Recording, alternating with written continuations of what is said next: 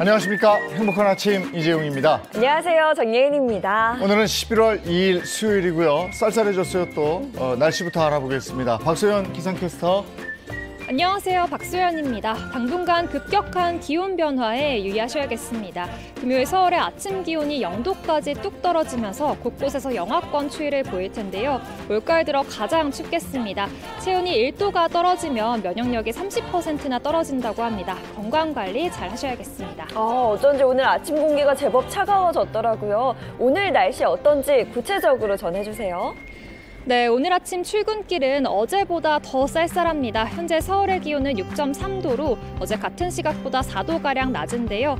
한낮에는 전국 대부분 지역이 20도 안팎까지 올라서 일교차가 더 극심하게 벌어지겠습니다. 입고 벗기 편한 외투로 체온 조절 잘 해주셔야겠습니다.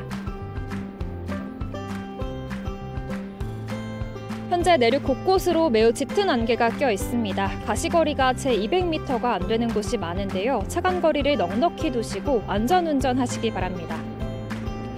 어제 쌓인 미세먼지로 오늘 오전에 일시적으로 충북과 남부지방에서 공기질이 탁하겠습니다. 초미세먼지 농도 나쁨 수준이 예상됩니다. 이 시각 현재 기온 살펴보겠습니다. 대전은 5.6도, 대구는 7도, 광주는 9도 가리키고 있습니다. 한낮에는 서울 17도, 광주 22도, 대구는 20도가 예상됩니다. 당분간 비 소식 없이 대체로 맑은 날들이 이어지겠습니다. 그만큼 대기도 건조해질 텐데요. 산불 등 화재 사고에 각별히 주의하시기 바랍니다. 지금까지 날씨 전해드렸습니다.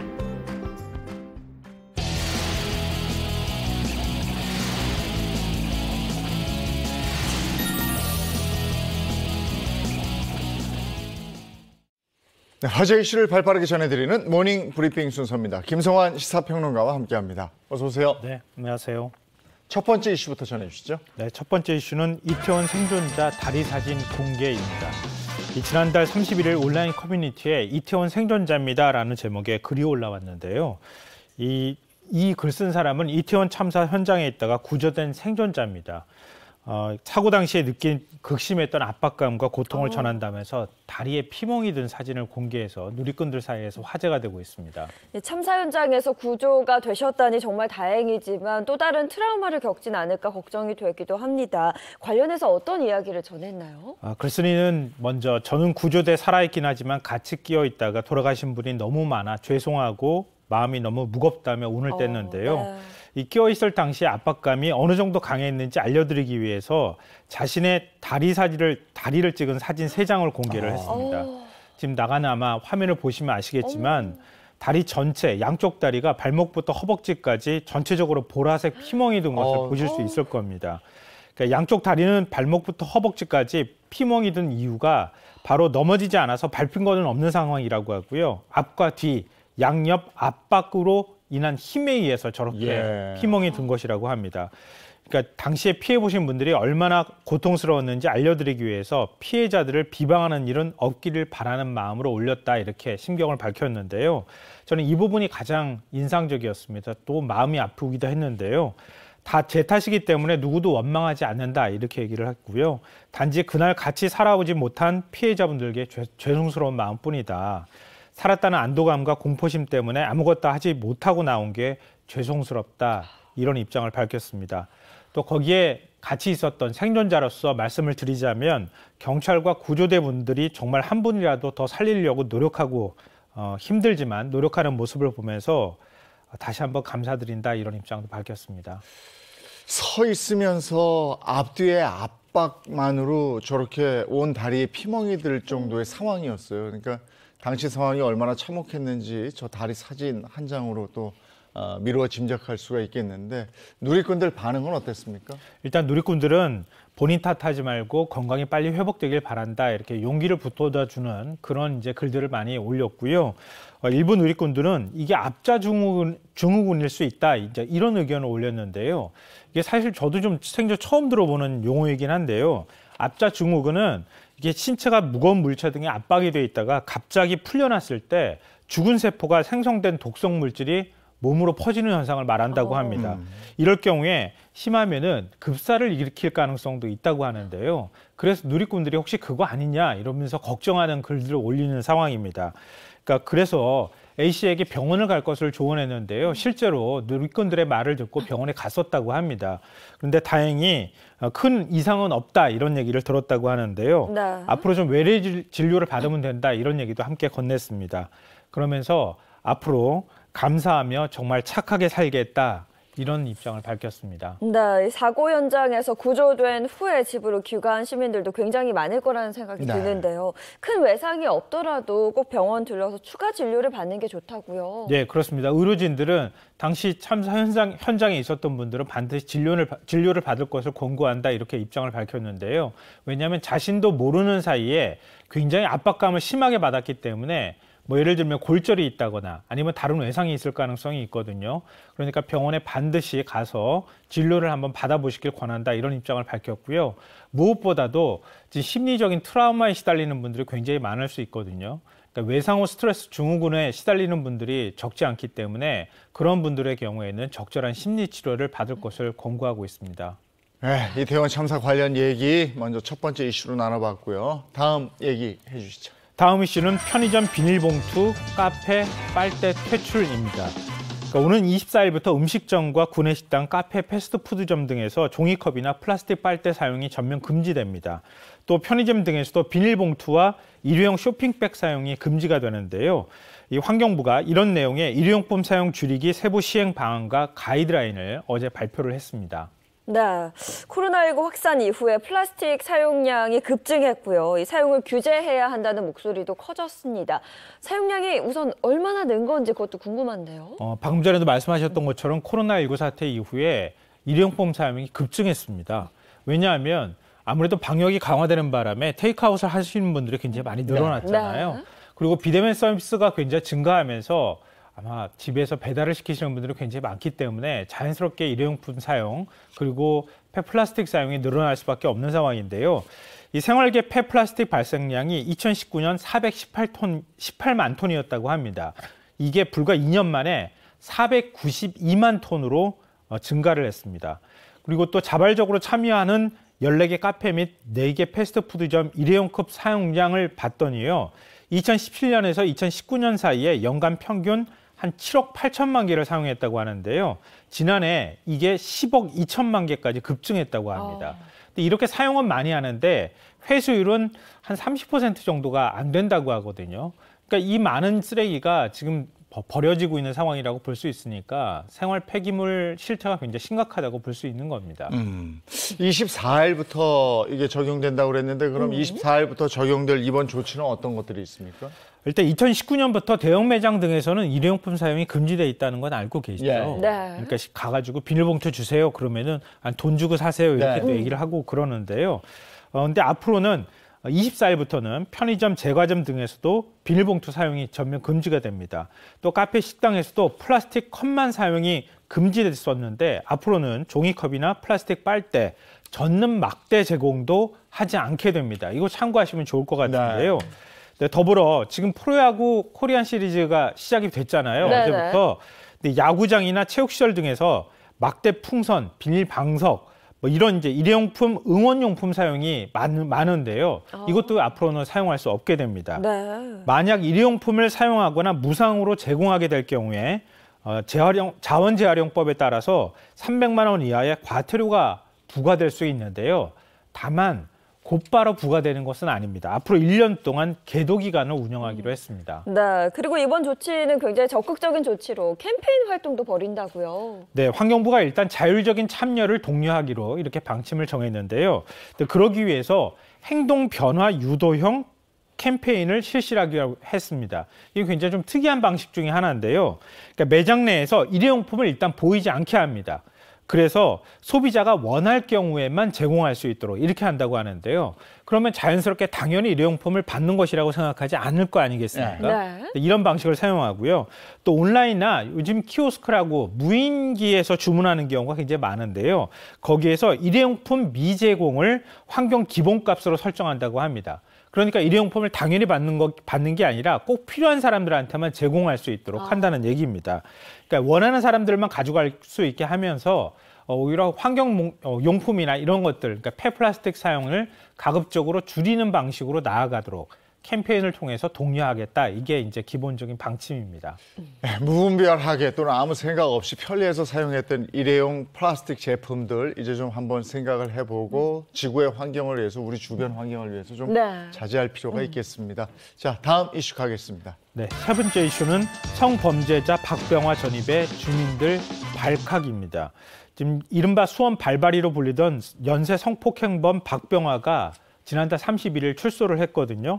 근데 새 거주지가 경기도 화성시 한 대학가 원룸촌이라는 사실이 알려져서 그 주변에 사는 주민들의 비상이 걸렸습니다. 그러니까 주민들은 이춘재 연쇄 살인 사건으로 아직도 트라우마가 남아있는 상황에서 화성시에 다시 상처를 안기는 것이다 이러면서 굉장히 반발하고 있는 상황입니다. 네, 박병화가 자리 잡은 지역이 대학가다 이렇게 말씀해 주셨는데 어떤 상황인지 좀 구체적으로 듣고 싶습니다. 그러니까 박병화가 원룸촌으로 들어갔다고 하는데요. 대학가에 아무래도 원룸촌이 많잖아요. 그 원룸 주변에는 대학이 있는데 대학교 후문과 불과 100여 미터 떨어져 있다고 합니다.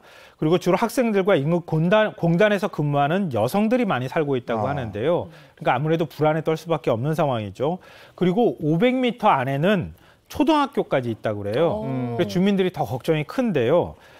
박병화는 2002년부터 5년 동안 수원 일대 빌라에 침입을 해서 20대 여성 10명을 성폭행한 혐의로 구속이 됐고요. 징역 15년을 선고받고 구속 수감이 돼 있는 상태였다가 최근 풀려난 겁니다. 그러니까 주민들 입장에선 무슨 수를 써서라도 좀 대책을 세워달라, 이 지역에 살지 못하게 해달라 이렇게 얘기를 하고 있는 상황입니다. 네. 근데 박병화가 이번에 입주하게 된 그 원룸주택 건물주 가족들도 입주 전까지 몰랐다면서 이게 어떻게 이럴 수가 있죠?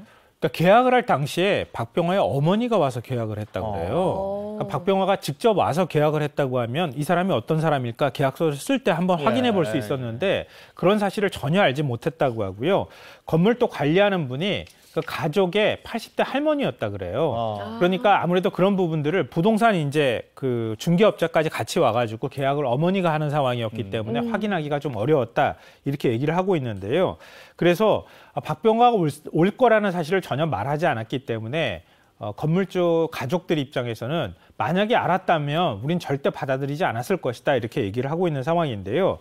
그래서 화성시와 함께 강제 퇴거 방안을 논의하고 있다 이렇게 밝혔습니다. 근데 강제 퇴거가 과연 가능하겠느냐. 네. 짧은 시간 안에 강제 퇴거는 쉽지 않을 것이다라고 하는 얘기도 나오거든요. 네. 왜냐하면 강제 퇴거하려면 법적 조치를 취해야 하는데 그 결과가 나오는 데까지 상당한 시간이 걸릴 수밖에 없잖아요. 또 계약 기간은 1년이란 말이에요. 네. 1년 기간 동안에 과연 강제 퇴거가 가능하겠느냐 이런 얘기도 나옵니다. 그럼 현재 박병화는 어떤 상태인 거예요? 박병화는 전혀 지금 뭐 이틀 정도 된 상황이 있는데요. 모습을 드러내지 않고 있는 상황인데 이 담당 보호관찰관에게 최소 한 달은 외출할 계획이 없다 이렇게 얘기를 했다고 합니다. 박병화는 현재 전자발찌를 착용한 상태라고 하고요. 자정부터 오전 6시까지 외출은 제한되어 있는 상태입니다. 경찰은 한개 중대병력 80명 정도를 현장에 배치해서 순환 근무를 하고 있는 상황이고요. 화성시도 주민 불안을 고려해서 순찰 초소형 컨테이너를 앞에 놓고 가로등도 추가로 설치할 계획이다라고 밝혔습니다. 네, 알겠습니다. 오늘 모닝 브리핑 여기까지 하겠습니다. 김성환 시사평론가와 함께했습니다. 고맙습니다. 네. 고맙습니다.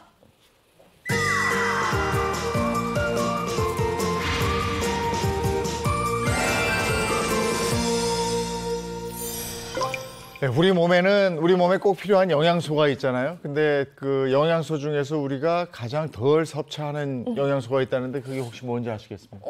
글쎄요. 요즘은 영양소 좀 과해서 문제가 된다고 저는 생각하는데 우리나라 사람들 특히 섭취가 부족한 영양소 그게 뭘까요? 뼈 하면 제일 먼저 생각나는 칼슘이잖아요. 근데 바로 그 칼슘이 그렇다고 그러는데 우리 아이들 성장기에 칼슘 그러니까 키 큰 것에 관심이 굉장히 많아서 네. 칼슘 섭취 신경들 쓰시는데 우유를 많이 섭취하게 하면 또 이렇게 칼슘에 대한 부담은 덜 할 거예요. 네. 거기 성분이 있으니까. 네, 그렇습니다. 그래서 김포시에서 우리 우유에 관해 소개하고 알리는 아주 특별한 행사가 진행됐다고 합니다. 그 현장으로 함께 가볼까요? 성인 기준 하루 칼슘 권장량에 비해 전 연령에 걸쳐 칼슘 섭취가 부족하다는 안타까운 현실. 하지만 우유 사랑으로 건강을 챙기는 가족이 있다? 안녕하세요. 어서 오세요. 자칭 우유 마니아 박수민, 김수철 모자. 엄마, 나 배고픈데 간식 없어? 우유 있는데 우유로 간식 만들어줄게. 아들을 위한 특별한 간식을 만들려는 수민 씨. 우유를 활용한 간식이라는데 재료가 좀 단촐해 보이긴 합니다. 지금 집에 블루베리를 가지고 있어서 우유하고 같이 활용해가지고 맛있는 스무디를 만들어 보려고 해요. 어머니 수민 씨의 블루베리 스무디 레시피. 블루베리에 신선한 우유를 갈아주면 완성이라는데요. 만드는 건 간단하지만 칼슘 섭취에는 최고랍니다. 게다가 맛도 있어 아이들 영양 간식으로는 이거만한 게 없다는데요. 어머니 수민 씨도 우유에 꽤나 진심인 편입니다.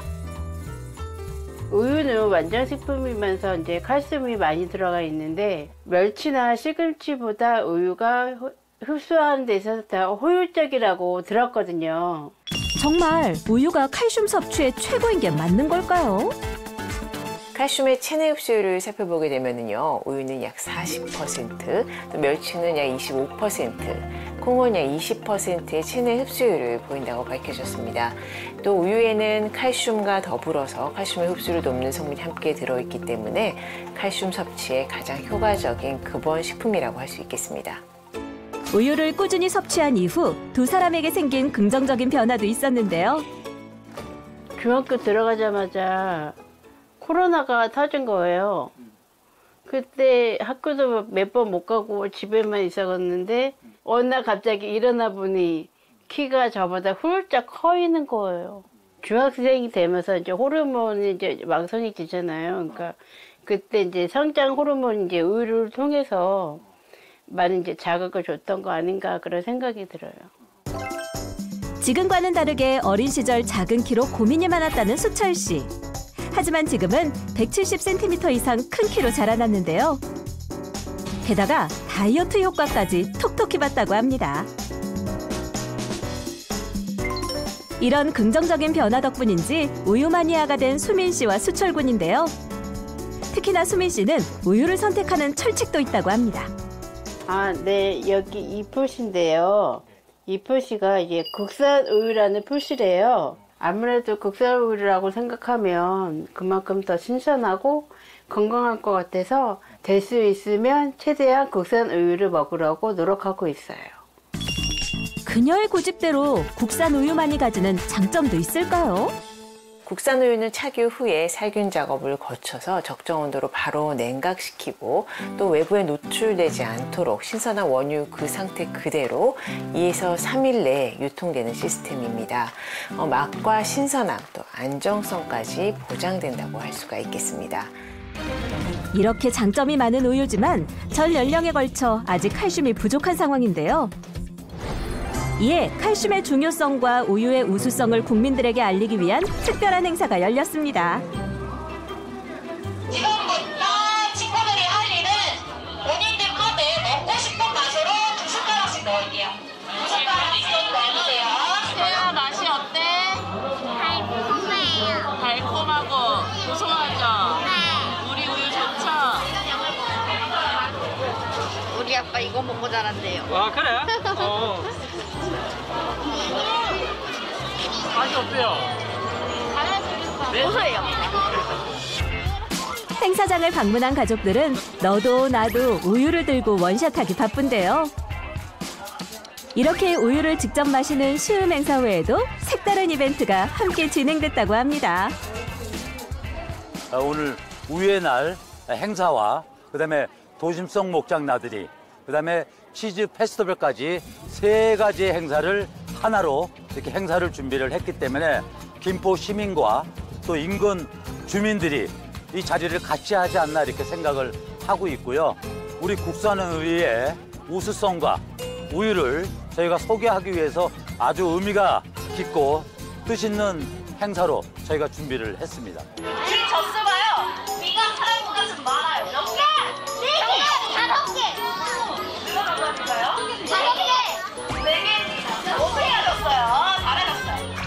젖소에 대한 이해를 돕는 퀴즈 이벤트는 물론 우유를 활용한 요리 경연대회가 열렸고요. 젖소와 관련된 소품을 만들어보는 코너도 있어 아이와 어른들 모두 즐거운 시간을 보낼 수 있었습니다. 평소에 우유 엄마가 많이 먹으라 그래요? 저 혼자 먹는데 제가 키가 너무 작아가지고 친구들이 키 작다고 놀려서 짜증나가지고 요즘에 많이 먹어요. 치즈 맛도 보고 그냥 이렇게 또 우유도 나눠주고 하니까 좀 흥미로운 것 같아요. 어릴 때부터 많이 먹였더니 키가 크잖아요. 행사장 한켠에는 귀여운 젖소가 등장해 관람객들의 눈길을 끌었는데요. 이곳에서는 어린 젖소에게 직접 우유를 주는 색다른 체험을 할 수 있었습니다. 그리고 유난히 사람들이 많이 몰려있는 이곳! 바로 치즈를 활용한 요리 홍보관이었는데요.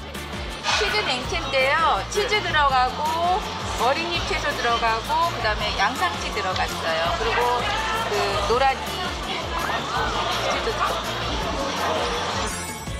치즈 냉채 외에도 치즈 밥전, 치즈 아이스크림 등 치즈를 활용한 다양한 퓨전 요리를 선보여 눈도 즐겁고 입도 즐거운 시간을 보냈습니다. 와, 야채도 잘 먹네. 치즈랑 같이 먹으니까. 잘했어. 좀 새콤하면서 짭조름한 게 좀 입맛이 당기는 맛인 것 같아요. 보고 먹고 즐기며 한참 축제가 진행되는 동안 행사장 한켠에서는 특별한 무대가 준비되고 있었는데요. 수많은 관람객들을 이끈 이곳! 우리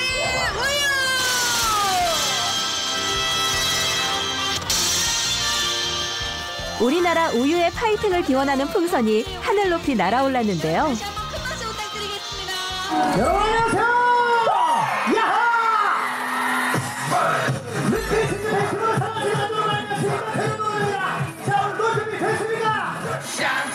또한 유명 가수들의 축하 공연도 이어지며 볼거리, 즐길거리 가득한 축제가 마무리됐습니다. 아이들의 키 성장은 물론 다이어트, 그리고 건강까지. 여러분도 국산 우유 한 컵과 함께 건강함을 챙겨가시길 바랍니다.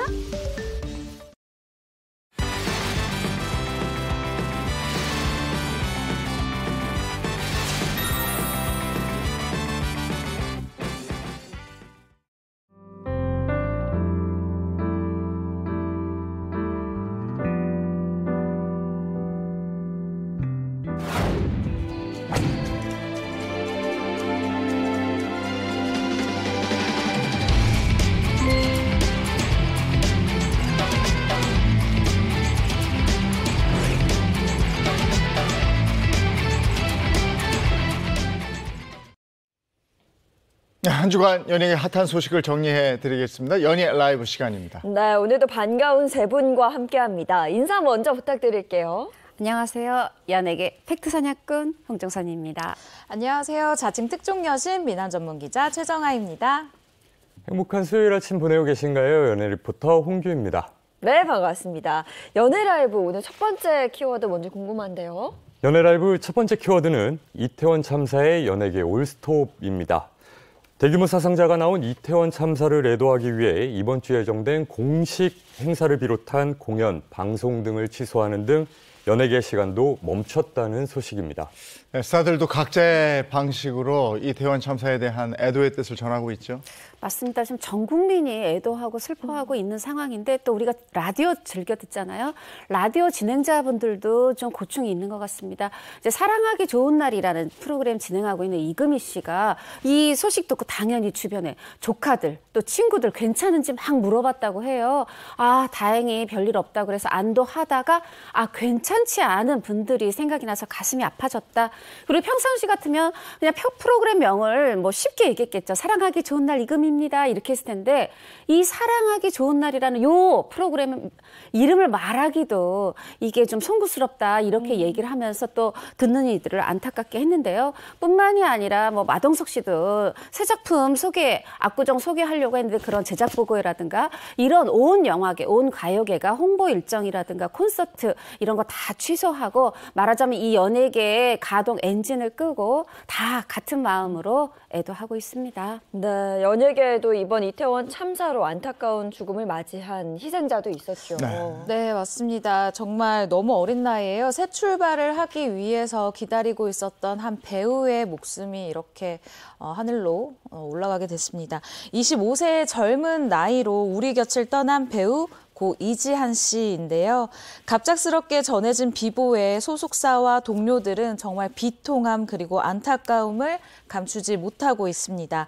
2017년 프로듀스 101 101 시즌2에 참가를 하면서 얼굴을 알린 이 신예인데요.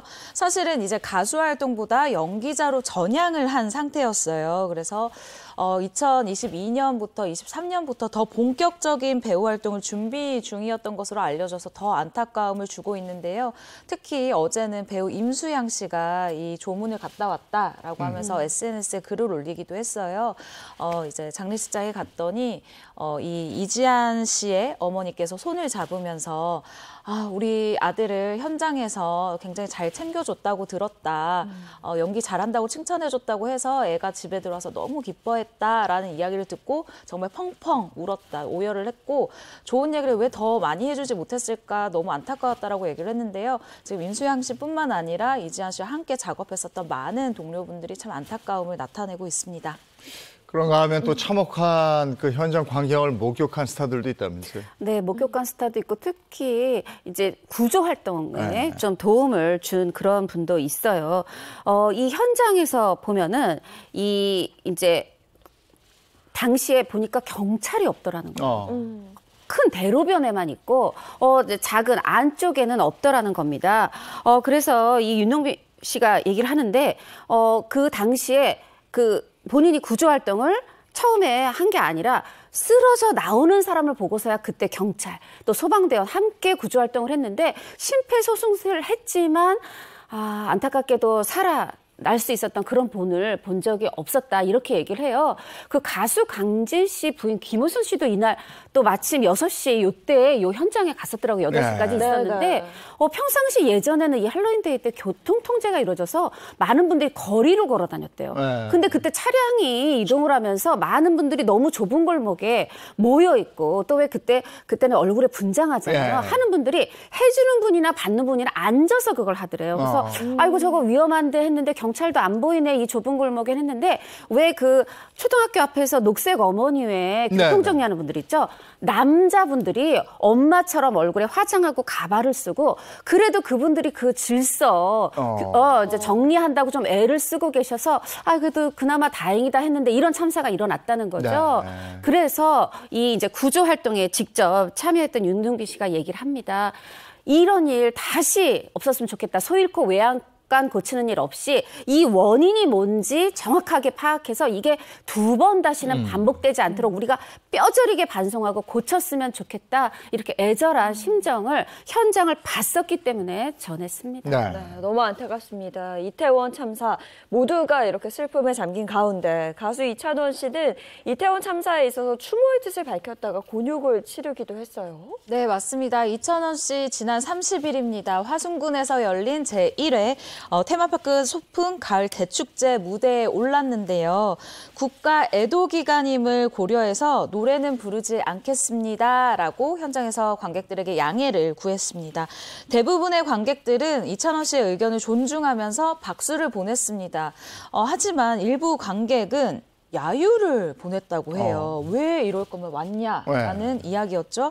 그중에 또 한 남성 직접 모음을 쓰기 시작하는데요. 무대 뒤로 이찬원 씨가 퇴장을 하니까 이 이찬원 씨를 향해서 폭언을 시작했다는 거예요. 그리고 직접 근처로 가서 항의를 하기 시작했고요. 이찬원 씨의 매니저로 추정되는 사람의 멱살을 잡고 막 흔드는 등 정말 몸싸움까지 일어나는 정말 믿기 힘든 이런 사실이 벌어졌다고 합니다. 근데 이찬원 씨는 자신의 무대가 취소됐음에도 불구하고 행사장이 화순까지 일부러 내려간 거였잖아요. 그러니까요. 좋은 뜻으로 갔다가 지금 봉변을 당한 건데 사실 30일 오전 9시 50분에 이 대국민 애도 기간이 선포가 되면서 11월 5일까지 이 애도 기간이잖아요. 그래서 이찬원 씨도 사실은 행사 주최 측에 노래를 부르지 못하니까 참석하기 힘들 것 같습니다 했고 이 주최 측도 받아들였다는 거예요. 그런데 이렇게 행사 주최 측에서 봤더니 팬들이 이미 와서 전날부터 노숙을 하면서 팬들을 기다리는 상황이었고 그 사진을 찍어서 이찬원 씨 소속사에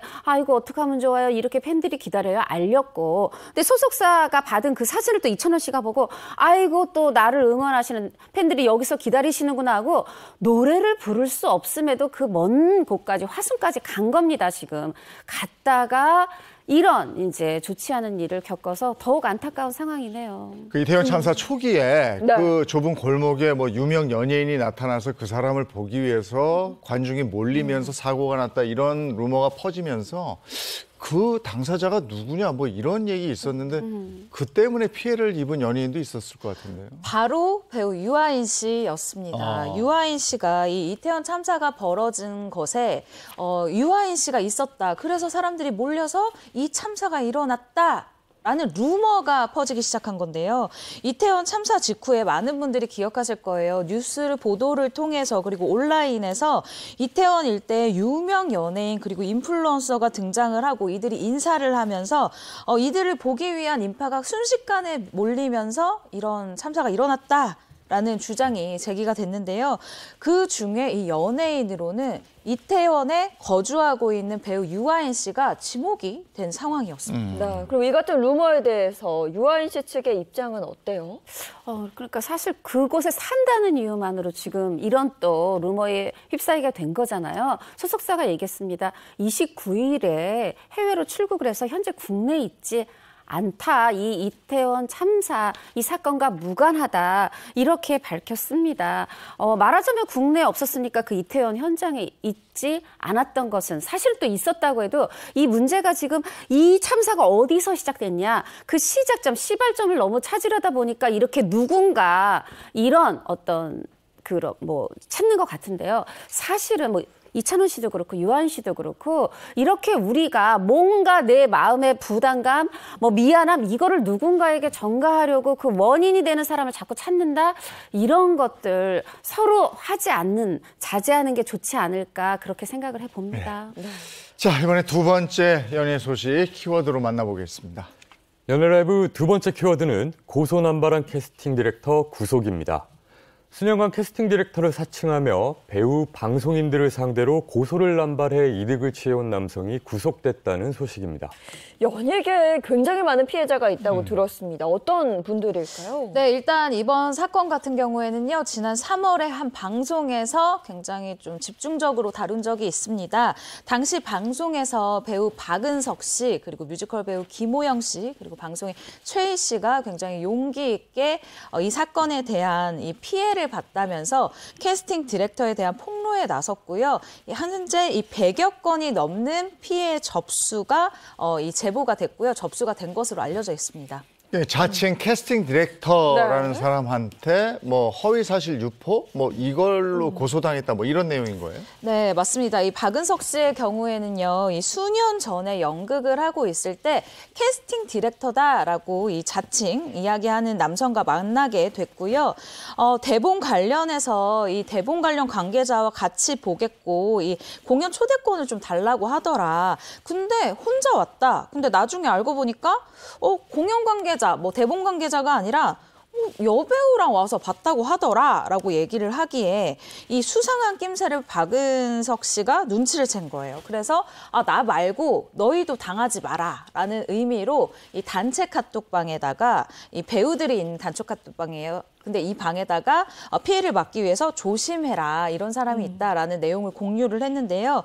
이후 이 내가 캐스팅 디렉터다 이렇게 자칭한 남자가 박은석 씨가 허위 사실을 퍼뜨렸다라고 이야기를 하면서 고소를 했던 사실이 뒤늦게 알려졌습니다. 그런데 결과적으로 이 사람이 캐스팅 디렉터라는 사람이 구속을 된 걸 보면 박은석 씨의 주장이 뭐 허위라고 보긴 어려운 것 같은데요. 맞습니다. 이제 이 구속과 이제 박은석 씨 재판은 두 개가 좀 달라서 설명을 드리면 하나 이제 먼저 박은석 씨에 대해서 이 캐스팅 디렉터가 내 명예를 훼손했다 하면서 지금 고소를 했던 거잖아요. 요거에 대해서 서울 북부지방법원이 이렇게 판단을 했어요. 박은석 씨가 썼던 글은 이 캐스팅 디렉터를 어떤 비방하려는 목적이 있다기보다 본인처럼 또 다른 연극 배우들이 피해를 받을까 봐 그걸 우려해서 쓴 걸로 판명이 된다 하면서 이 캐스팅 디렉터 원고의 패소 판결을 내린 겁니다. 그리고 지금 이 최 기자가 얘기했던 100여 건 넘는 여기에는 연예인들도 있고 이 사건에 대해서 댓글을 달았던 이제 시민분들도 계세요. 이런 분들에 대해서 이제 이런 분들이 이제 내가 이렇게 공갈 혹은 강요 미수를 당했다. 이 부분을 또 고소를 했어요. 네. 그 부분에 대해서 이번에 이게 이제 구속영장, 그러니까 재판의 결과에 따른 건 아니고 구속영장이 신청이 됐었는데 이게 발부가 되면서 지금 구속이 된 이건 이제 서울 남부지방법원에서 그렇게 구속영장 발부를 한 상황이에요. 하다 보니까 이런 모든 상황을 지켜본 지금 피해자들 또 시민들이 아 이제라도 잘 됐다. 좀 뭔가 말하자면 이게 좀 정의가 이루어진 그런 분위기라서 반기고 있습니다. 네, 알겠습니다. 이어서 세 번째 연예 소식 키워드로 알아보죠. 연예 라이브 세 번째 키워드는 하지원, 이영의 안방극장 퀸의 귀환입니다. 믿고 보는 배우의 대명사 배우 하지원, 이영애 씨가 오랜만에 컴백한다는 반가운 소식입니다. 네, 하지원 씨가 뭐 드라마 커튼콜로 3년 만에 복귀했다고 들었는데 호평을 받고 있다고요? 네, 맞습니다. 사실 연기력으로는 저희가 의심할 여지가 없는 배우 하지원 씨인데요. 이 커튼콜이라는 드라마는요. 북에서 내려온 시한부 할머니의 소원을 이뤄주기 위해 그의 손자를 연기하는 남자 그리고 사기극에 얽히는 주변인들의 이야기를 그린 가슴 따뜻한 이 드라마인데요. 이 드라마에서 하지원 씨, 이 할머니와 함께 깊은 유대감을 나누는 손녀이자 호텔을 이끄는 총지배인 역할로 시청자들을 만나고 있습니다. 제가 얼마 전에 제작진분과 만나고 왔는데요. 이 작품이 처음 딱 만들어졌을 때부터 남자 주인공은 누구를 할까, 여자 주인공은 누구를 할까 당연히 이야기가 나오잖아요. 요즘 말로 원픽이라 그러죠. 더 이상 의심할 수 없이 이 캐릭터는 하지원 씨 그리고 강하늘 씨가 가장 찰떡이다. 이 사람들이 해줬으면 좋겠다라고 했는데 마침내 꿈의 그 캐스팅이 이루어졌다라고 하면서 굉장히 기뻐하는 모습이었습니다. 네, 저도 드라마 봤는데 정말 찰떡 캐스팅이 아니었나 이런 생각했습니다. 특히나 하지원 씨의 그 1인 2역, 열연이 굉장히 돋보이더라고요. 그러니까 하지원 씨 진짜 최 기자 말한 것처럼 정말 연기에 대해서 누구도 이견을 달 수 없는 하지원 씨인데 이번에 또 잘하더라고요.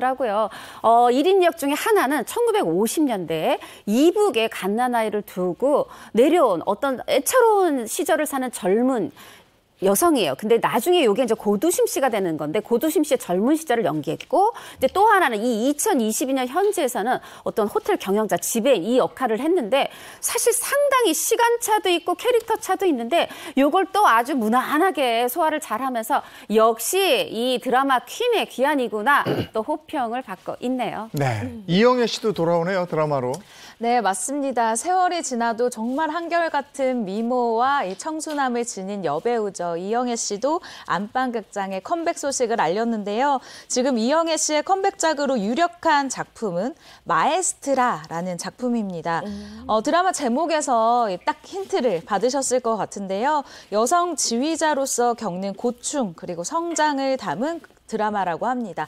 저도 이 드라마 굉장히 기대가 되네요. 네, 정말 저도 벌써 기대가 되는데 원작이 혹시 이게 따로 있을까요? 원작이 있습니다. 프랑스 원작인데 요거를 이제 처음에는 미주 쪽에서 판권을 사갔던 모양이에요. 그거를 우리가 한국에 가져와서 이걸 이제 이번에 제작하게 되는데요. 사실 이영애 씨가 가진 어떤 무게감, 분위기, 이미지가 이 여성 지휘자 마에스트라에 너무 잘 어울릴 것 같아서 기대도 되고 그런데 아직 언제 방영될지 모르겠어요. 왜냐하면 일단은 조연들부터 오디션을 거쳐서 캐스팅을 해서 촬영에 들어간다고 하니까 우리가 이렇게 또 잠시 잊고 기다리다 보면 짠! 볼 수 있게 되리라 생각하네요. 네, 알겠습니다. 지금까지 연예 라이브였습니다.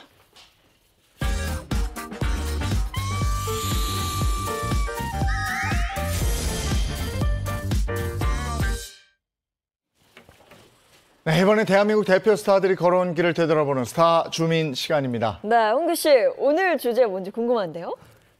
유난히도 빠르게 지나간 듯한 2022년, 두 달도 채 남지 않았는데요. 떨어지는 낙엽만 봐도 아쉬운 요즘, 흘러가는 시간이 아까운 분들의 이야기를 한번 준비해봤습니다. 오늘 주제 제가 알고 싶지 않은데 느낌이 왔습니다. 네, 이 연말이 두려운 홀로인 솔로들 이야기인 것 같은데요. 지난 10월은 스타들의 결혼 소식으로 우리가 굉장히 핑크빛으로 꾸몄었다면 이번 주제 왠지 야고르지? 결혼해서 행복한 스타들 특집 약간 이런 거 아닐까요? 그래서 그걸까요? 예, 공감이 좀 되기도 하는데 그럴까요? 저 같은 홀로인 솔로 말고도 1분 1초가 아까운 분들이 있다고 합니다. 바로 연예계 늦깎이 아빠들이죠. 오늘 소개해드릴 늦깎이 아빠들의 평균 나이가요. 60.5세입니다. 단백살의 금쪽 같은 자식을 품에 안으며 새로운 행복을 맛본 스타들에게 관한 이야기를 한번 준비해봤습니다. 그래서 준비한 오늘의 주제, 우리는 쉰파파예요. 50대 아빠가 된 스타들입니다. 대단하네요. 네, 대단하죠. 근데 저는 이 얘기 들어보니까 딱 한 사람, 최근에 이 늦깎이 아빠 쉰파파 대열에 합류한 그분이 생각나요. 배우 장세진 씨인데 사실 좀 연기가 뜸해서 장세진 누구 하실 수 있는데 영화 조폭마누라, 그 또 드라마 야인시대에서 문영철 역할했던 그 장세진 씨가 정말 60대 코앞에 두고 59세에 지난달 23일에 그것도 한 번에 두 딸을, 쌍둥이 딸을 안으면서 이 쉰파파 대열에 합류했습니다. 와, 59세, 59살의 아빠가 됐다니 이거 얼마나 막 벅차오르겠습니까? 네, 맞습니다. 이 장세진 씨가요, 쌍둥이 딸을 품에 안은 기분에 대해서 이렇게 얘기를 했는데요. 정말 뭐라고 형용할 수 없는 기분이다. 아내와 10년 동안 병원에 다니면서 정말 노력을 많이 했는데 드디어 이렇게 아이를 품에 안게 됐다라면서요. 축하도 많이 받았는데 주변 동료들한테 놀림도 굉장히 많이 받았다고 해요. 손주를 볼 나이에 아빠가 됐다라고 하면서요. 호탕하게 아주 웃음을 지었었고요. 마지막으로 이 나이에도 내가 아빠가 될 수 있게 노력해준 나의 아내에게 가장 고맙다라고 이 애틋한 사랑의 말을 남기는 것도 잊지 않았습니다. 네, 보통 딸들은 아빠 많이 닮는다고 그러던데 어때요? 사실 또 요즘 장세진 씨가 좀 살이 이렇게 붙으셔서 더 잘생겨지셨던데 흔히 첫 딸은 아빠 닮으면 잘 산다 하는데 어머나 두 딸이 아빠 닮았답니다. 근데 이 장세진 씨한테는 지금 그거보다 더 소중한 게 지금 나이가 많은데 두 딸이 아빠가 됐잖아요. 그러다 보니까 나 이제 돈 많이 벌어야 된다, 열심히 살아야 된다 이런 생각을 하고 있다고 하고 사실 좀 왕성하게 드라마 찍고 영화 찍은 마지막이 2008년, 9년이었거든요. 하다 보니까 새롭게 좀 연기 활동 왕성히 하고 싶다 이런 의욕을 비치고 있습니다. 네, 일찍 결혼한 분들은 50대 손주를 둔 할아버지가 되기도 하는데요. 늦게 육아에 뛰어든 만큼 아마 육아의 기쁨과 감동도 2배일 것 같습니다. 예, 그럼 이제 본격적으로 시작하겠습니다. 우린 쉰파파예요. 예, 50대의 아빠가 된 스타들 시작합니다. 우린 쉰파파예요. 50대의 아빠가 된 스타들. 첫 번째 스타는 51세의 아빠가 된 개그맨인데요.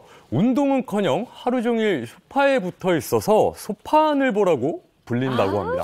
야, 51세 늦깎이 아빠가 됐는데 소파하고 붙어 산다 이거예요? 그러니까요. 근데 개그맨이라고 하셨잖아요. 네. 개그맨 중에 늦깎이 아빠 떠오르는 분이 드물어서 저는 또 생각이 나네요. 그 패션 감각 되게 좋은 분이죠. 눈치채신 것 같은데 바로 소개하겠습니다. 우린 쉰파파예요. 50대 아빠가 된 스타들. 첫 번째 주인공은 개그맨 홍록기 씨입니다. 홍록기 씨. 아니, 홍록기 씨는 화려한 독신으로 살 줄 알았는데 언제 결혼한 거예요? 네, 홍록기 씨 지난 2012년도 11살 연하의 아내와 결혼을 했는데요. 교제를 시작한 지 단 3개월 만에 정말 초스피드로 결혼식을 올린 케이스였습니다. 그리고 51세가 되었던 2019년도에 아들을 품에 안으면서 이 아빠 대열에 합류하게 됐죠. 아들이 2019년생이면 올해 4살인데 홍록기 씨 아들 사랑이 정말 대단하다면서요? 네, 쉰파파 홍록기 씨의 눈에 넣어도 아프지 않을 아들의 이름이 루안이라고 합니다.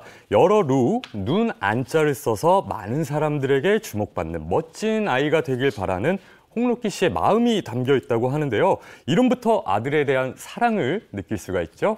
2년 전에 아들 2살 때 방송에 나와서 얘기했어요. 처음에는 뭔가 집에 귀한 손님, 어려운 손님이 온 것 같았다. 뭔가 조심조심 해야 될 것 같잖아요. 막 만지면 깨질 것 같고 막 터질 것 같고. 그런데 지금 더 열심히 살아야 되겠구나. 이런 어떤 행복한 부담감 같은 걸 느낀다 얘기를 했습니다. 결혼 후에 아이를 아주 귀하게 얻었다면서요? 네, 맞습니다. 홍록기 씨 부부도 난임으로 고생을 했었다라고 하는데요. 홍록기 씨가 이렇게 얘기를 해요. 우리 같은 난임 부부에게 가장 중요한 것은 대화다라는 건데요. 이 난임이 있는 부부들은 누가 먼저 병원에 가자라고 얘기하는 게 쉽지가 않다. 이전에 아내에게 말을 하지 않고 사실 나는 정자은행에 정자를 맡겼었다라고 밝히기도 했습니다.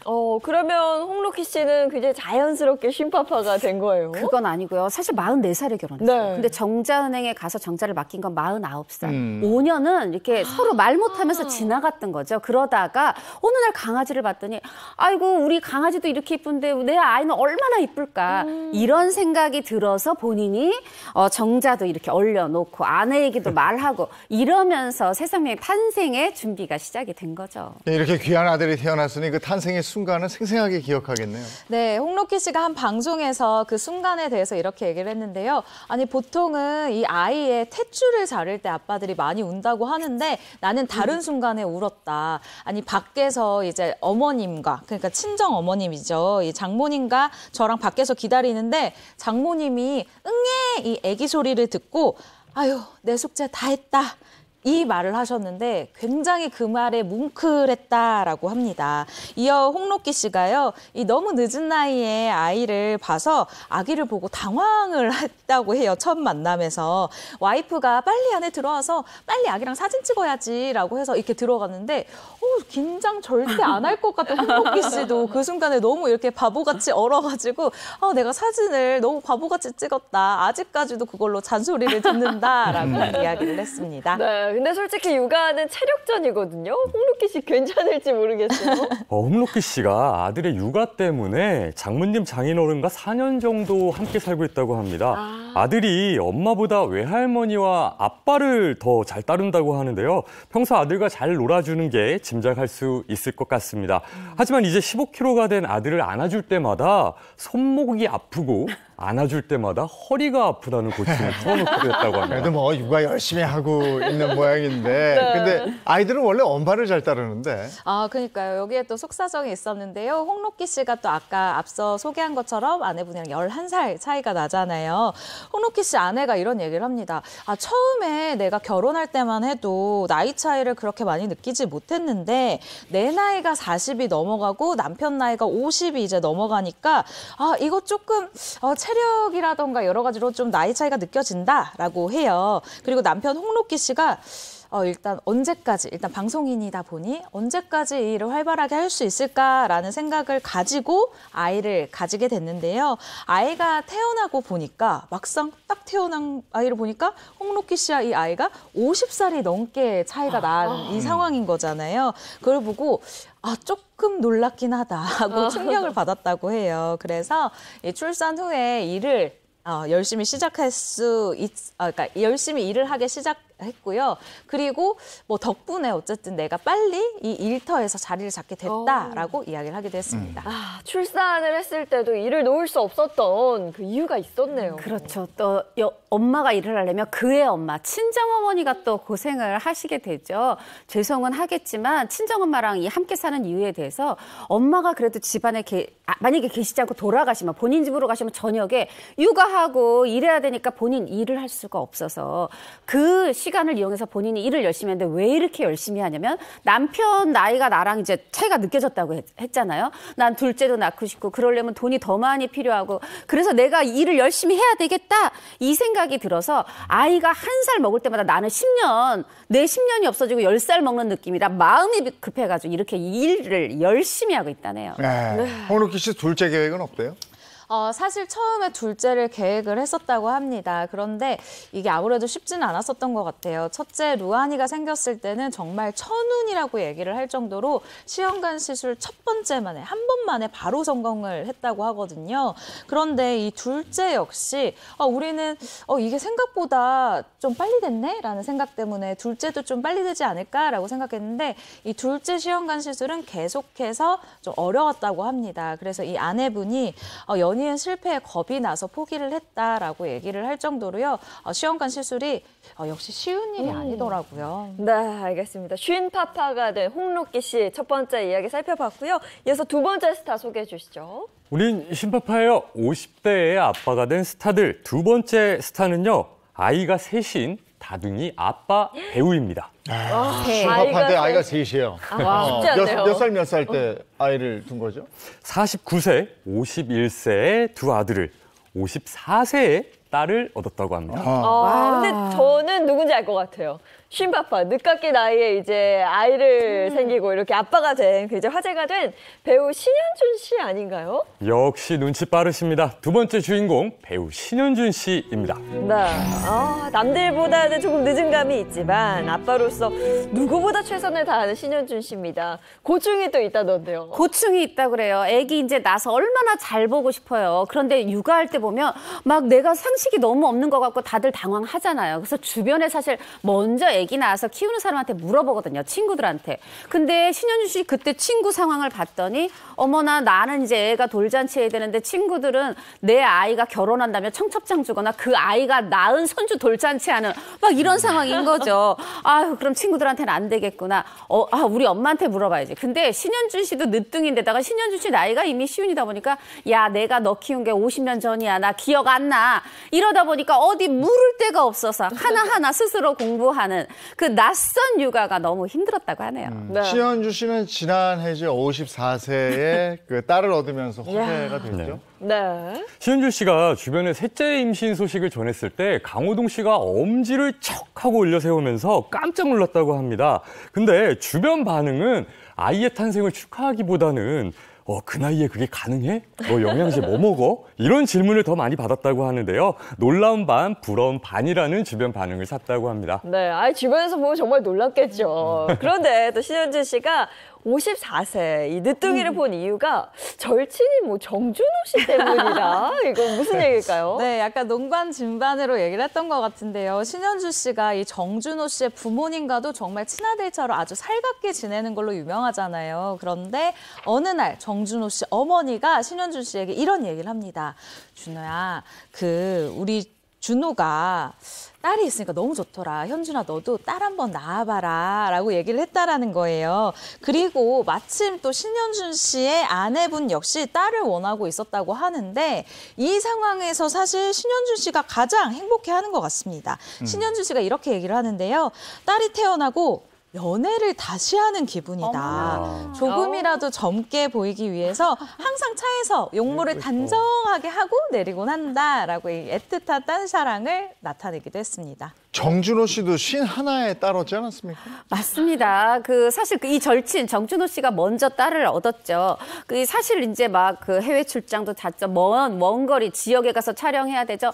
그렇게 바쁜 와중에도 일만 끝나면 곧장 정준호 씨 집으로 달려가는 이유 바로 늦둥이 딸 때문입니다. 사실 나이가 나이다 보니까 노안 왔어요. 그 노안에도 딸아이 기저귀 갈아주고 손톱을 아주 정성스럽게 깎아주고 정말 그야말로 딸바보. 그 딸바보 생활을 하고 있는데 사실 이제 그걸 보면서 주변에서 부인도 그렇고 아니 그렇게 귀해가지고 어떻게 딸 결혼시킬 수 있겠어? 이렇게 물어본다는 거죠. 그럼 버럭 화를 내면서 아니 무슨 딸 벌써 결혼시키냐? 막 이렇게 화를 낸다는 거예요. 근데 이 모습이 왜 재밌냐면 예전에 아들 키울 땐 아들이 어린데도 아들 장가 보낼 수 있겠어요? 그럼 아유 장가 보는 게 대수야?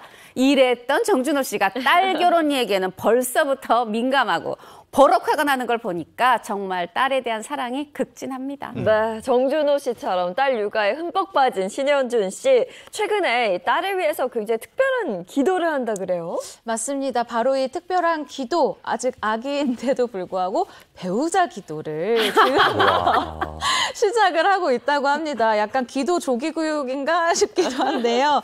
이 딸이 태어나니까 너무 예뻐가지고 이 딸의 배우자 기도를 안 할 수가 없었다라는 거예요. 남들은 주변에서 유난이다라고 얘기를 하기도 한다는데 신현준 씨 입장에서는 정말 간절합니다. 왜냐? 딸이 고등학교를 졸업하면요, 여러분, 신현준 씨 나이가 70대 초반이에요. 그렇기 때문에 아이를 30살까지 키우려고 하면 내가 또 나이가 80이 넘어가는 그런 상황이잖아요. 그래서 이 딸이 대학에 가면 언젠가 결혼을 할 수도 있다라는 생각 때문에 신현준 씨가 이렇게 얘기를 합니다. 남들은 빠르다고 얘기할 수 있지만 나는 절대 그렇다고 생각하지 않는다. 정말 나는 구체적이고 세심하고 세세하게 기도를 하고 있다라고 이 열정을 밝히기도 했습니다. 그럼 신현주 씨가 생각하는 사윗감의 주요 덕목은 뭘까요? 딸을 둔 모든 아빠들의 마음이 같지 않을까 싶습니다. 딸을 행복하게 해줄 수 있는 남자라고 하는데요. 뭐 굳이 멀리서 찾을 필요 있나요? 절친 정준호 씨와 사돈을 맺은 것 같습니다. 네, 정준호 씨 역시 한 방송을 통해서 이 자신의 아들을 사윗감으로 어떠냐라고 신현준 씨한테 넌지시 물어봤습니다. 그랬더니 신현준 씨가 이렇게 이야기를 했는데요. 아이, 시욱이 좋지. 너희 아들 너무 괜찮지. 근데 시욱이는 너무너무 좋은데 시아버지가 글렀지. 라고 얘기를 했다고 합니다. 정말 찐친의 반응인데요. 정준호 씨, 신현준 씨와 사돈을 맺고 싶은 마음을 드러냈는데 이 결혼이라는 게 아무래도 모르는 집안끼리 결합을 하는 거지 않냐. 그래서 내 생각에는 오랫동안 알고 지내온 이 신현준네 가족과 함께 가족이 되는 것도 나는 참 좋다고 생각한다. 이라면서 이 예비 사돈으로 점 찍은 마음을 밝히기도 했습니다. 네, 신현준 씨 얘기 들어봤고요. 이번엔 세 번째 스타입니다. 누굴까요? 우린 신파파예요. 50대 아빠가 된 스타들 세 번째 스타는요. 56세 둘째 아들을 품에 안으며 신파파 대열에 합류한 분입니다. 이분은 뭐 거창한 수식어가 따로 필요 없을 것 같습니다. 바로 원조 테리우스입니다. 원조 테리우스 하니까 그죠? 신성우 씨 맞죠? 맞습니다. 우린 신파파예요. 50대 아빠가 된 스타들 세 번째 주인공 가수 신성우 씨입니다.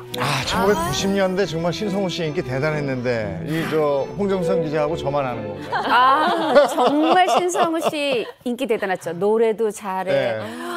잘생기고 멋있어. 거기다 연기도. 사실 옛날에 그때 1990년대에는요. 인기의 척도가 팬레터를 얼마나 받느냐. 누구는 뭐 쌀자루로 받았다. 막 이런 얘기 하는데 이 원조 테리우스 신성우 씨의 급은 달라요. 1.5톤 트럭으로 팬레터가 왔답니다. 너무 많아서 읽을 수 없을 정도였다. 정말 인기가 가늠이 되죠. 네, 뿐만 아니라 저는 이 팬심을 약간 뭔지 머리로는 이해할 수 있을 것 같습니다. 팬레터가 너무 많이 오니까 어떤 팬들은 내 글씨를 혹은 내 편지를 꼭 오빠한테 보여주고 싶은데 라는 마음이 있었던 것 같아요. 신성우 씨가 당시에 5층에서 살고 있었는데 팬들이 정말 집 근처까지 몰아닥쳐서 1층부터 5층까지 이 건물의 벽에다가 편지를 써놓고 갔다는 거예요. 오빠 사랑해요, 오빠 좋아해요 라는 걸 쓰고 갔는데 그 당시에 너무 하루 자고 일어나면 써있고 하루 자고 일어나면 써있어서 여기 벽에 페인트 칠을 하시는 분이 또 따로 있을 정도였다고. 네, 아파트 주민들은 화가 좀 많이 났을 것 같긴 한데 신성우 씨가 56세 나이에 둘째를 품에 안았다고 합니다. 아니 근데 언제 결혼을 하신 거예요? 신성우 씨는 16살의 나이 차이를 극복하고 4년 열애 끝에 지난 2016년에 결혼했고요. 2018년 52세의 나이에 첫째 아들을 얻으며 신파파 대열에 합류. 그리고 4년 뒤 올해 6월 56세의 나이에 4kg 52cm로 태어난 둘째를 얻으며 두 아이의 아버지가 됐다고 합니다. 신성우 씨 얼마나 기분 좋고 행복했겠어요? 네, 신성우 씨 과거 한 예능 프로그램에 출연해서 이런 얘기를 한 적이 있었는데요. 이제 내 친구들을 보면 주변에 아들들이 군대에 가기도 하고 또 딸들은 시집을 가기도 한다. 그 정도로 내가 나이를 많이 먹게 됐다. 그런데 나도 내가 할 걸 다 하고 늦은 나이에 아이를 키우는 것도 굉장히 또 새로운 기쁨이다, 행복이다라고 밝히기도 했습니다. 네, SNS 통해서 신성우 씨의 두 아이를 봤는데 정말 너무 예쁘더라고요. 네. 근데 아내분 사진은 잘 못 본 것 같아요. 사실 이제 아이들은 얼굴이 계속 바뀌니까 딱 저 아이다 특정을 할 수 없을지 모르지만 아내 얼굴은 공개하면 사람들이 다 신성우 아내군 알 수 있잖아요. 그래서 공개를 안 하는데 그 공개하지 않는 이유를 2018년도에 신성우 씨가 밝힌 적이 있어요. 바로 자신을 수십 년간 괴롭힌 스토커 때문이라고 해요. 이 스토커분 워낙에 뭐 이 출중한 외모의 노래 실력으로 뭐 타의 추종을 불허하는 어떤 인기였기 때문에 많은 여성들이 좋아했지만 많이 좋아한다고 이러면 안 되죠. 그중에 이분은 잘못된 행동을 했는데 뭐냐면 밤낮으로 전화를 걸고 그러다 못해 세상에 아이들을 뭐 수십 개를 만들어서 SNS에 근거 없는 비방글을 또 올리고 그것도 모자라서 집 앞에 와서 행패를 부리고 이 바로 그랬던 스토커가 두려워서 그 사람을 경계해서 아내 얼굴을 공개하지 못한다. 이렇게 밝힌 적이 있어요. 네, 사실 이 신성우 씨가 톱스타로 살아왔기 때문에 자신을 괴롭힐 때는 그래 내가 유명하기 때문에 있을 수 있는 그런 일이야 숙명처럼 받아들이게 됐는데요. 이 화살이 나의 아내 그리고 아이한테 향하게 됐을 때는 너무너무 화가 나는 일이잖아요. 그렇죠. 실제로 우려했던 일이 생기기도 했습니다. 이 아내 그리고 아이를 향한 협박까지 이어지게 된 건데요. 아내가 화면에 나오며 캡처를 해서 비방글을 올리고 또 찾아와 행패를 부릴 게 뻔했다. 저는 여러분에게 드러나는 인생이라 괜찮지만 저로 인해서 가족이 곤란을 겪는 건 견디기가 힘들더라 라면서요. 예쁜 아내를 마음껏 자랑할 수가 없는 이 안타까운 마음을 나타내기도 했습니다. 그럼 아내와 어떻게 만나서 결혼하게 된 건가요? 네, 신성우 씨가 지난 7월에 한 방송에 출연을 해서 이런 얘기를 해줬었는데요. 처음 만났을 당시에 아내분의 나이가 20대 초반 그리고 신성우 씨 나이가 30대 중후반이었습니다. 네. 호감은 있는데 나이가 상대방이 너무 어리다 보니까 아유 내가 저 친구를 만나면 내가 도둑이지 이렇게 이제 좀 포기를 했었다고 하는데요. 그러다 몇 년 후에 다시 이 만날 계기가 있었던 거예요. 그런데 이 순간에는 내가 뭘 하자고 해도 이 사람은 나를 따라올 것 같다라는 확신이 들었다고 합니다. 그래서 이 16살 연하의 아내와 결혼을 결심하게 됐다라고 밝혔습니다. 신성우 씨는 정말 카리스마의 대명사인데 아내 앞에서는 또 그렇게 애교쟁이라면서요. 네, 신성우 씨는 과거 한 방송에서 스킨십을 하고 있는데 아이가 태어났고 아내의 우선순위가 아들이 됐다. 그럼 섭섭한 거다. 그럴 때 나도 좀 안아줘라고 한다라고 애교쟁이 남편이 된 비화를 전했습니다. 만약 술을 먹고 좀 늦게 들어가는 날이면 혼날 게 뻔하지 않나. 그럴 땐 나 안 취했어. 아니 술 많이 안 먹었어 하면서 애교를 부른다고 하네요. 이거 다 어느 집에서나 하는 얘기인데. 신파파 신성우 씨도 다른 열정만큼은 젊은 아빠들 못지않다면서요. 네, 맞습니다. 신성우 씨가요. 밖에서는 터프가이지만 집 안에서는 조신한 남편으로 살고 있는데요. 집에서는 아이 이유식을 직접 만드는 등 육아에 정말 적극 참여하고 있다고 합니다. 아내는 일단 아이를 생각해서 좀 간이 덜 된 음식을 만들어줘야지라고 하는데 신성우 씨는 뭐 그것보다는 그래도 아이가 많이 먹는 게 중요하지 않을까라고 해서 아이가 원하는 간에 딱 맞춰준다고 해요. 예를 들면 단짠을 원하면 정말 단짠의 이유식을 만들어줬었다고 합니다. 남편들 다 똑같네요. 네. 16살 연하의 아내 그리고 귀여운 두 아들까지 모든 걸 다 가진 듯한 신성우 씨인데 그런데 한 가지 걱정이 또 있다면서요? 그렇죠. 사실 늦둥이 자녀를 둔 모든 아빠의 같은 고민일 텐데 내 자식이 내 아들이 성인이 될 때까지 성장할 때까지 내가 그 곁에서 지켜줘야 되는데 아빠라는 존재자를 지켜야 되는데 싶은데 본인 나이는 계속 먹어가잖아요. 그게 이제 걱정인 모양입니다. 사실 이제 신성우 씨가 이렇게 얘기를 해요. 만약에 내 목숨을 바쳐서라도 지킬 수 있는 존재가 있다면 그 첫 번째는 아들이다. 이거 아내분 아쉬워하실지 모르지만 그만큼 이제 보호해야 되는 대상으로 생각하는 것 같아요. 신성우 씨 꿈, 아들 커가지고 둘이서 이렇게 소주 한 잔 기울이는 거라고 하는데 신성우 씨 걱정 마세요. 시간은 생각보다 빨리 가고 아이는 슬쩍 커서 어느 순간 벌써 소주 앞에 놓고 마주 앉아 있을 겁니다. 51세, 55세에 이제 아이 아빠가 되고 이러면 미래에 대한 약간의 두려움 같은 것도 있거든요. 네. 그 계획도 잘 세워야 될 텐데. 맞습니다. 사실은 이제 정말 현실인 거잖아요. 그래서 신성우 씨가 한 방송에 출연해서 이런 얘기를 했습니다. 농담 삼아서 이제 그런 이야기를 한다. 내가 나이 차이가 아이들과 굉장히 많이 나기 때문에 정말 살면서 혹여라도 어떤 일이 생겼을 때 이 아이들이 스스로 어떻게 헤쳐나갈 수 있도록 어떤 계획들을 짜놓은 것을 아이들한테 계속 이야기를 해준다는 거예요. 혹시나 아빠가 없으면 이렇게 해라. 라는 얘기를 전해준다는 건데 그리고 또 네가 고생을 하지 않게끔 아빠가 만약에 없더라도 고생하지 않게끔 생활에 한 달비가 얼마 정도 들어올 수 있도록 아빠가 계획을 다 세워놨다라는 이야기도 현실적으로 해주는 편이라고 합니다. 네, 알겠습니다. 이어서 다음 스타 누군지 만나보죠. 우린 신파파예요. 50대 아빠가 된 스타들 네 번째 스타는요. 솔직히 한국 연예계의 늦깎이 아빠 끝판왕이라고 해도 될 것 같습니다. 김수미 씨는 이분을 이렇게 불렀죠. 전 세계 남자들의 로망이라고요. 근데 그도 그럴 법한 게 우리가 이제 그 외국 연예인들 리차드 기어가 70세에 낳고 또 믹 제거가 73세에 8번째 아이를 낳았어요. 이거는 뭐 증손주보다도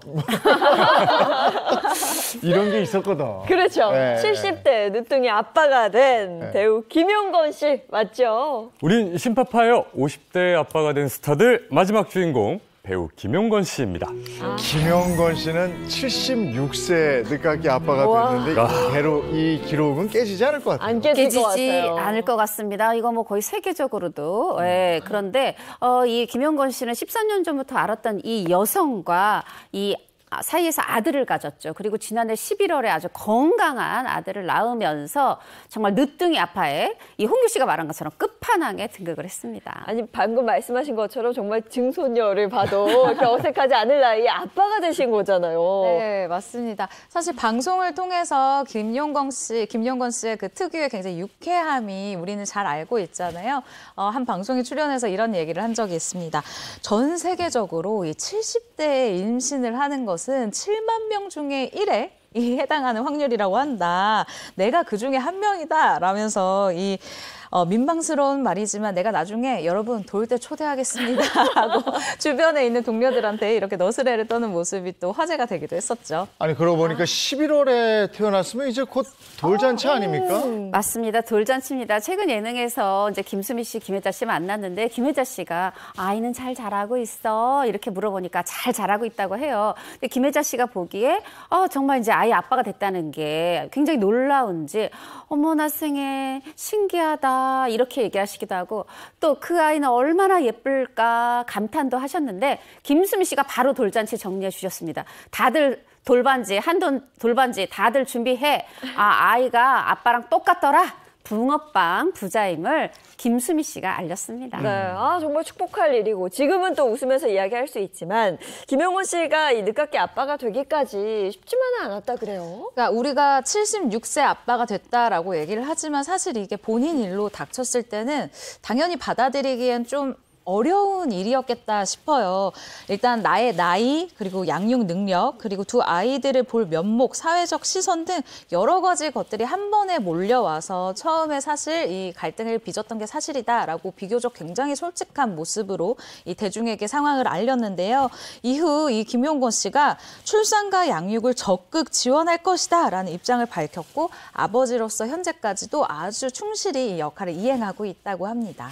이게 이제 놀라운 게 또 하나가 그 아이 엄마하고의 나이 차였고 그리고 처음에 이제 이분들이 어떻게 만났을까 이런 부분도 있고. 그렇죠. 나이 차가 이제 39살 차인데 이제 이때 당시에 김용건 씨 나이가 63세 그리고 여성분 나이가 24살이었는데 이제 드라마 종영 파티 그 자리 장소에서 우연히 만난 것을 계기로 해서 인연이 시작이 됐습니다. 네. 그리고 또 뭐 이제는 기사를 통해서 많은 분들 접하셨겠지만 김용건 씨가 그 친자 검사를 한 사실이 알려지기도 했어요. 네, 맞습니다. 김용건 씨가 친자 검사를 한 이유를 저도 소속사에서 들었었는데요. 사실 오해하실 필요가 없다라는 생각이 들어요. 이게 대중이 아니 근데 뭐 진짜 그래서 맞대? 뭐 이런 불필요한 오해가 아이가 크면서부터 계속 따라다닐 수밖에 없잖아요. 그렇기 때문에 이런 편견에 내가 그냥 직접적으로 맞서겠다라는 판단으로 친자 검사를 한 것이고요. 올해 3월에 한 서울의 이 한 대학병원에서 친자 확인을 신청을 했고 통보를 받았습니다. 아들이 맞다라는 이 확인서였고요. 유전자 검사에 대해서 김용곤 씨 측이 이렇게 얘기를 했는데 임신 사실이 알려진 뒤에 단지 나이 차이가 많이 난다라는 이유로 불필요한 구설에 오른 적이 있지 않냐. 그런데 출산을 알린 뒤에 똑같은 일을 겪을 수는 없었기 때문에 이런 행동을 하게 됐다라고 설명을 한 바 있습니다. 김용곤 씨가 늦깎이 아빠라는 사실이 실감나지 않는 부분들도 있을 것 같아요. 네, 아마도 그건 김용곤 씨가 오랫동안 스윗한 중년 남성 싱글남 콘셉트로 대중들에게 사랑을 받아왔기 때문일 것 같은데요. 김용곤 씨는 며느리 보고 싶지 않냐라는 질문에 손주들 사진 친구들이 보여주고 그러면 좀 부럽긴 하다. 애들이 이제 장가 갈 때가 되긴 됐는데 그게 어디 내 맘대로 되냐라고 토로하기도 했다고 합니다. 네, 아니 며느리도 얼마 전에 보셨고. 황보라 씨. 네네. 결혼식이 11월 6일이죠. 네네. 네, 알겠습니다. 오늘 우린 싱파파요 50대 아빠가 된 스타들이라는 주제로 얘기를 나눠봤습니다. 고맙습니다. 고맙습니다. 감사합니다. 이게 다시 날이 쌀쌀해져서 네. 겉옷 단단하게 입으셔야 되겠어요. 확실히 오늘 아침에 나와보니까 공기 자체가 아예 다르더라고요. 추위 타지 않도록 대비 철저히 하셔야겠습니다. 좋은 하루 보내시고요. 저희는 내일 아침 7시 30분에 돌아오겠습니다. 행복한 아침, 행복한 하루 되십시오. 고맙습니다. 고맙습니다.